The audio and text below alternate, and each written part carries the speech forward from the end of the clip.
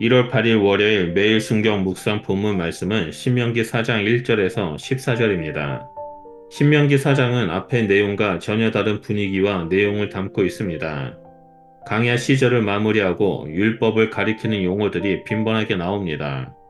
이것은 과거에서 미래로의 전환을 의미합니다. 1절에 이제 이스라엘아 들으라로 시작하여 셰마, 즉 규례와 법도를 강조합니다. 모세는 가장 먼저 이스라엘 백성에게 율법을 듣고 순종할 것을 요구합니다. 이어서 본문은 모세가 가르친 최우선으로 율법을 선언합니다. 게다가 살다, 들어가다, 유산으로 받다라는 세 동사가 연속해서 나오는데 이것은 모두 율법 순종의 결과를 말합니다. 즉 생명을 얻고 하나님이 주시는 땅에 들어가 그것을 유산으로 받기 위해서는 율법 순종을 최우선으로 두어야 함을 말합니다. 2절에는 가감하지 말라라는 명령이 나옵니다. 이는 더하지도 빼지도 말라는 의미입니다. 3절과 4절은 강야에서 사망한 자와 생존한 자를 구분합니다. 본문은 오늘까지 다 생존한 자를 바알보올에서 여호와 신앙을 지킨 자로 서술합니다. 이와 같이 강야에서 살아남지 못한 자는 여호와께 진노를 받아 멸망한 자들입니다. 본문이 말하는 바알부올의 사건은 민수기 25장 사건을 가리킵니다. 당시 이스라엘은 모압 여인들과 음행했을 뿐 아니라 그들의 신들에게 절하며 우상 숭배로 나아갔습니다. 그 결과 여호와의 진노가 임했고 이스라엘은 바알부올에 가담한 자들을 처형했습니다. 저자는 오늘까지 생존한 자들은 신앙을 지킨 자들로 묘사하고 있습니다.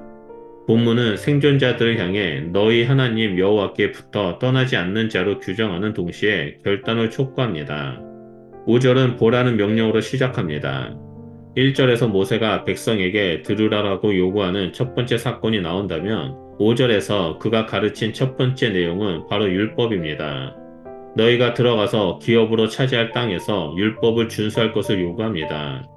이스라엘에게 주어진 율법은 결코 관념적이 아니며 실천적입니다. 6절에서 8절은 반복하여 큰 나라가 나옵니다. 큰 나라의 히브리어 원어적 의미는 위대한 나라입니다. 이스라엘이 여러 민족보다 뛰어날 수 있는 근거는 바로 토라의 지혜입니다. 율법은 지혜와 지식의 총체이며 근원입니다. 고대로부터 지혜는 신적 존재로 묘사되었지만 그것은 율법에 함축되었고 또한 교육될 수 있습니다.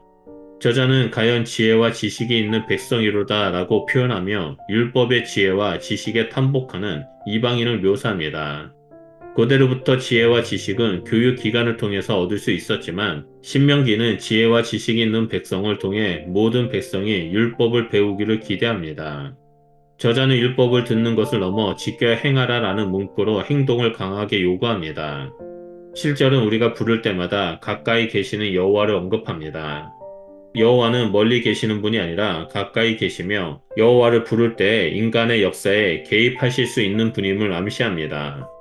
여호와가 가까이 있다라는 것은 이스라엘과 이방 민족을 구분하는 중요한 요소이며 이스라엘을 위대한 나라로 부를 수 있는 이유가 됩니다. 이스라엘이 위대한 나라로 불리는 마지막 이유는 공의로운 율법 때문입니다. 모세가 가르치고 선포하는 규례와 법도는 여호와의 명령일 뿐만 아니라 공의로운 율법입니다. 신명기 1장은 모세의 짐을 나눌 사람들을 선택하여 그들을 재판관으로 세우고 그들에게 공정히 판결할 것을 요구했습니다. 이와 연결하여 저자는 공정한 판결을 위해 필요한 공정한 율법을 제시합니다. 8절 마지막은 오늘 내가 너희에게 주는 율법을 언급합니다. 모세는 시종일관 율법을 강조했고 마지막에 율법을 주는 것으로 마무리합니다. 9절에서 14절은 오직 힘써 율법을 스스로 지키라고 명령합니다. 이스라엘이 율법을 반복해서 지켜야 하는 이유는 율법을 잊지 않도록 그리고 떠나지 않도록 하기 위해서입니다. 또한 저자는 율법을 후손들에게 알게 하라고 명령하여 모세 이후 율법 교육의 역할을 이스라엘에게 넘겨줍니다. 이를 위해 저자는 다시 호렙에 있었던 사건을 언급하며 본문을 시내산 사건과 연결시킵니다. 이스라엘이 살고 죽는 것은 가나안 땅에 달린 것이 아니라 가나안 땅을 주시는 하나님의 말씀에 순종하는지 여부에 달려 있습니다. 순종만이 기억의 길이 될 것입니다. 이스라엘 자신의 정체성을 기억하는 길은 말씀 순종뿐이었습니다. 그들이 어떻게 하나님의 백성이 되었는지, 어떻게 하나님과 언약 관계 속에 있게 되었는지를 잊지 않는 것이 그들이 살 길이었습니다. 그러지 않으면 하나님께서 시내산에서 주신 십계명과 하나님의 모든 규례와 법도를 따라 그들의 삶을 형성해야 합니다. 그래서 하나님을 경외하고 이웃을 사랑하며 세상을 향해 공의와 정의, 인자와 자비의 하나님의 성품이 반영된 나라를 이루어야 합니다. 이런 것처럼 우리 역시 예수 그리스도를 통해 하나님의 언약의 백성이 되었습니다.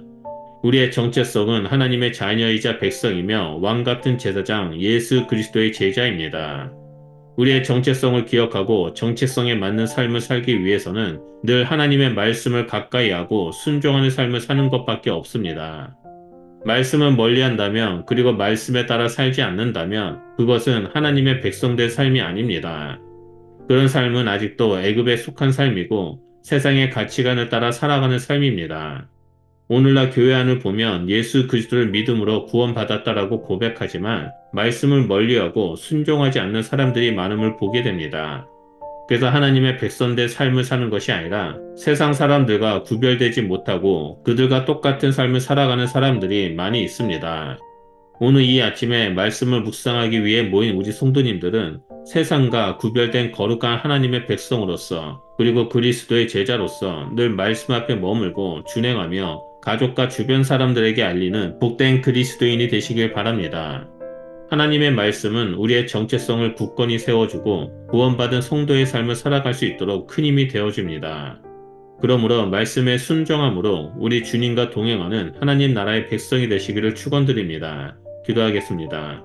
하나님, 우리 가운데 하나님의 말씀을 주시고 이 말씀을 통해서 하나님을 깊이 알아가고 하나님을 닮아가는 자의 삶을 살아갈 수 있도록 인도해 주셔서 감사합니다. 오늘 묵상 본문 말씀처럼 우리는 하나님 말씀 앞에 머물고 하나님의 말씀을 준행하며 나아가겠습니다. 그러할 때 우리의 삶을 통해 이 땅 가운데 하나님의 나라가 세워지게 하시고 아직도 하나님 앞에 알지 못하거나 또는 교회는 다니지만 하나님의 백성된 삶을 살지 못하는 자들에게 도전을 주고 그들도 말씀 가운데 행하는 삶을 살아갈 수 있도록 이끄는 자가 될 수 있도록 함께하여 주시옵소서. 그래서 우리를 통해 하나님의 말씀이 이 땅 가운데 충만하게 넘치는 일들이 일어날 수 있도록 역사하여 주시옵소서. 감사드리며 예수 그리스도의 이름으로 기도드립니다. 아멘.